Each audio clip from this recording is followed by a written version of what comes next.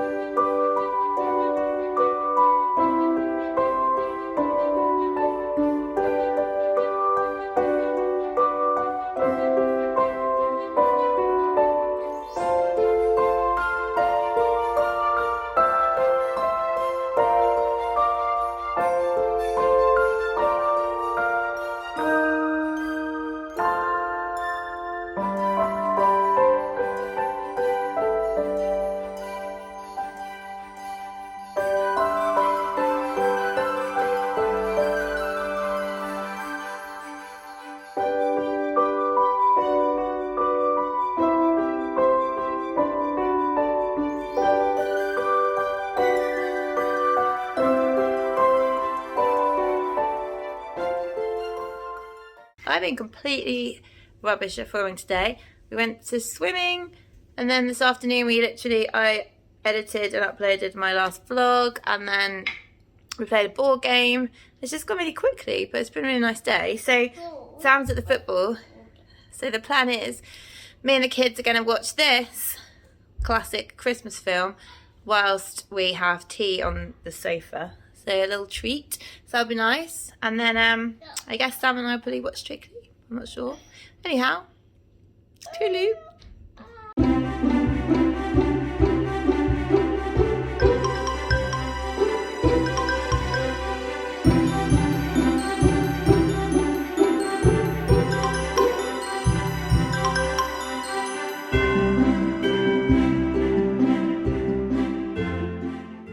I'm in a very unflattering light of the bathroom, and it's Sunday evening, and I've barely filmed anything all weekend. I'm just about to have a shower, and today I had a lovely day. Like, I went with Faye, we went to some really good friends of ours who've just moved to Norfolk, which is so nice. We'll be able to see them much more often. So we went to see their new house, which is lovely, and then we just went to the food shop. So there wasn't really anything to film, so I wouldn't film other people without them feeling comfortable doing so. And obviously, like, going around Asda wasn't the most exciting. The most exciting thing about going around Asda was the fact that I got 10% blue light discounts. That was really good. So book-wise, I'm aiming to finish Peter Pan tonight. I've got about 50 pages left. I'm still not really enjoying it. I'm really disappointed. And I will probably also either finish or nearly finish Little Donkey, the kind of novella / short story by Jodie Taylor, because that's really good. I'm really enjoying that. And we're going to watch Strictly Results, which I'm really nervous about because I don't want anyone to go home. I enjoyed Strictly so much last night. It was so emotional. It was really lovely. And anyhow, I'm going to go and have a shower, and then might film something this evening, might not. Won't film anything tomorrow probably because I'm at work. So it might be a case of see you on Tuesday when I'm having my hair done, and hopefully I might have time to actually film something other than a tiny little clip in a few days' time.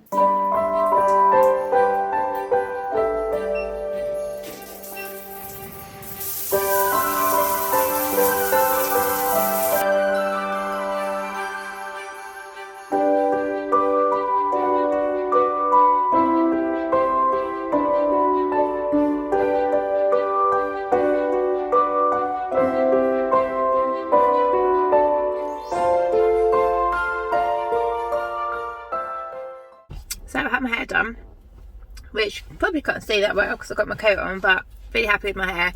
It's tidy at last, and I've just nipped to Tesco's because my mum just texted me and said they've got a Wicked Kitchen at Tesco's have got this no turkey roast. So I was not sure what to do for Christmas dinner for us. Yeah, Mum found that. So I just went to Tesco's on my way back from the hairdressers, picked myself up a cheeky little wrap because I'm hungry. I just managed to get that, and I finished getting my mother-in-law's Christmas hamper. She asked for a Christmas hamper each year. I just go and choose loads of treats, give them to her. Well, we use the same hamper. Excuse me. So I've just finished that off as well, which is good. And I got the vegan thing. I couldn't see it, and I thought, oh god, they haven't got it, but they did have it. It was just well hidden. So that's good, because I always worry about stuff like that if it sells out and it's frozen, so it's not going to go off. So that's good. And I found a new sort of tea bags, which is exciting. I've put the shopping in the boot, otherwise I could have showed you, but it's like Tetley's decaf called bedtime tea, and it's got vanilla and nutmeg in, so that will be exciting to try. I always love a new type of tea, especially that kind of tea. For now, I'm just sitting in Tesco's car park talking to myself, hoping no one can hear me. The plan is go home, probably record something for this vlog because it's been a bit scanty. No, not scanty. It's been a bit sparse. And then, what's the time? 10 to 1. So then, I want to try and wrap a few more bits before the kids get home, because I've only got one more day before the Christmas holidays start. Like one more day when I'm not at work, I mean. So I need to get some stuff wrapped while the monkeys are still at school. So yeah, I'll do that, I think. Anyhow, I'll stop chatting on, eat my wrap, go home and crack on. Oh, I will just say, having just said I'll stop chatting, I've just started a new audiobook. So I finished Little Donkey, which was by Jodie Taylor, which was the little short story novella which follows on from The Nothing Girl, which I loved last year. And then I chose, Lauren in the books mentioned this, there's a short story or like a novella by Candice Carter-Williams on Audible Plus, because she's called Empress and Anaya, and I started listening to that today, and it's brilliant. I really am enjoying it. It's only 2 hours, and I don't know how far I am. I've just listened to it on the way to the hairdressers and back, but it's really good. I'm really enjoying that, so I'm really pleased with that. And I'm going to start the Poisonwood Bible today, I think, because I finished Peter Pan last night. The ending was good. The ending went like crazily fast, but the ending was good, but I just didn't really enjoy Peter Pan that much. So I was going to give it 2.5 stars, and I rounded up to 3 stars because I liked the ending. So that's that, and now I will shut up and go. See you later. So it didn't really go as planned today. So I always try and sort of have an idea of what I want to do on my limited time to myself. And after my haircut, as I said, I had some plans what I was going to do. And when I got home, my father-in-law was around, which is absolutely fine. And he'd brought with him like this massive suitcase full of old photos from the 1940s to the 1970s of like his family and stuff. So I love old photos, so I was looking at them with him literally until the school run. So I didn't get any wrapping done, or I didn't make a film like I wanted to. And then after the school run, I had to then go to the post office because I didn't have time to go before. And I had to queue for 45 minutes to post my parcel. So by the time I got home, it was time to make dinner and stuff. So I feel a bit like a little bit stressed that the stuff didn't go according to plan. So I think now I'm going to try that new tea. Let me get it for you. This is the said tea. So bedtime decaf brew with vanilla and nutmeg, which I'm really looking forward to trying. And I love Yorkshire tea. It's like one of my favourite brands. So I'm going to try that. I'm going to have a couple of chocolates that my friend got me for Christmas. And I might do some wrapping just because days are running low for wrapping. Oh, and I have actually got one other thing I want to talk to you about, but I'm going to make my tea first and go and sit down. Right, I felt better for getting a cup of tea, but now we're going to have the taste test. We're going to try, see what it's like. If it's not too hot, I don't like my tea like super hot. We'll have a go. Yeah, it just tastes like, it tastes more sort of, I guess it's the nutmeg, but it tastes more like cinnamon, but It's obviously nutmeg, that's what it says in the pack. I can't taste the vanilla. It is nice. I can feel like it's a calming tea. That's what I need. PMS week, anxiety week. Need to. So, the first thing, I just want to talk a little bit about reading challenges, because I always normally do the Reading Women's Challenge, which I'm sure you've heard me talk about many a time. And very sadly, there's no Reading Women's Challenge next year. So Karen Evans told me this. I think Kendra has some medical conditions and she's taken a year out. I don't know if it's a year out or permanently out from the Reading Women's Challenge, which I was really sad about. But then I thought, well, what can I do instead? So one of the things I have done is a bullet journal spread, which I'll show you. So Heather from Soggy Expat Book Nerd, she always talks about the NPR Book Concierge list. So NPR is like National Public Radio, I think, in America.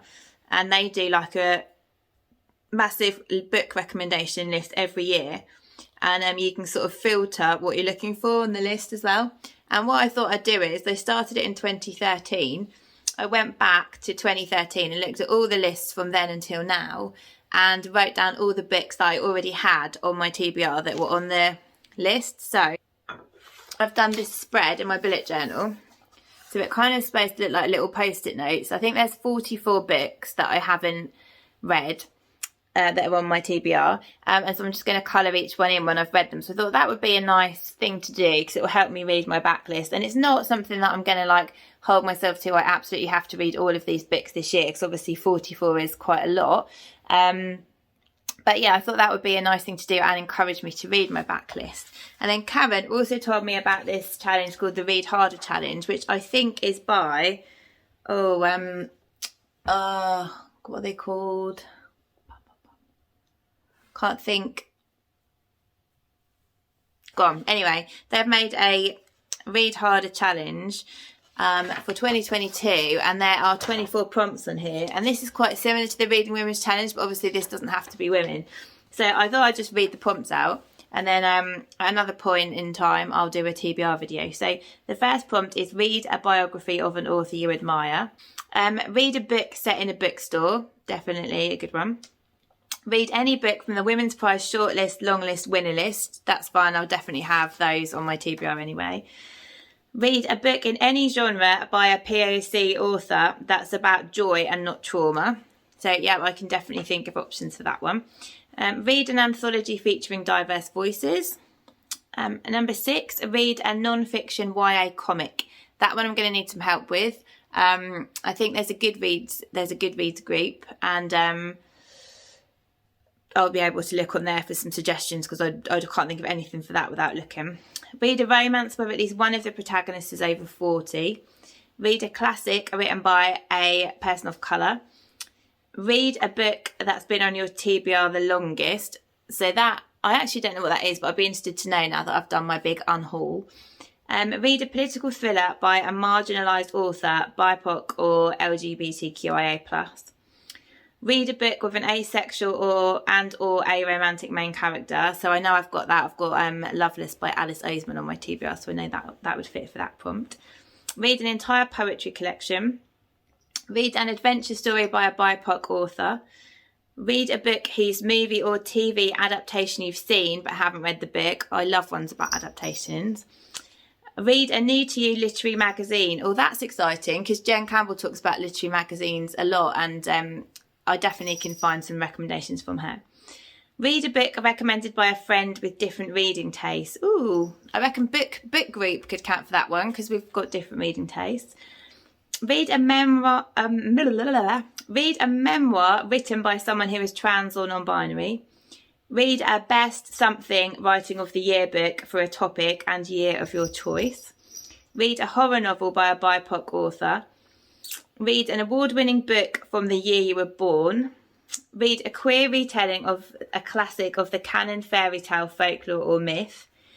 Read a history about a period you know little about. Read a book by a disabled author and pick a challenge from any of the previous year's challenges to repeat. Well, they're really good, aren't they? I think they're brilliant. So I am going to have a really good time making a bullet journal spread for this, and having a good old think about what I want to read for each one of those prompts. I love doing that. So yeah, that'll be really fun. And that will, because last year, I know I've shown you before, but last year that was I haven't coloured all I've got 2 to colour in, even though I've read them. But this is my Reading Women's Challenge spread from last year. Those 2 I have read, I just need to colour them in. So yeah, I'll do something similar to that again. And then I've also got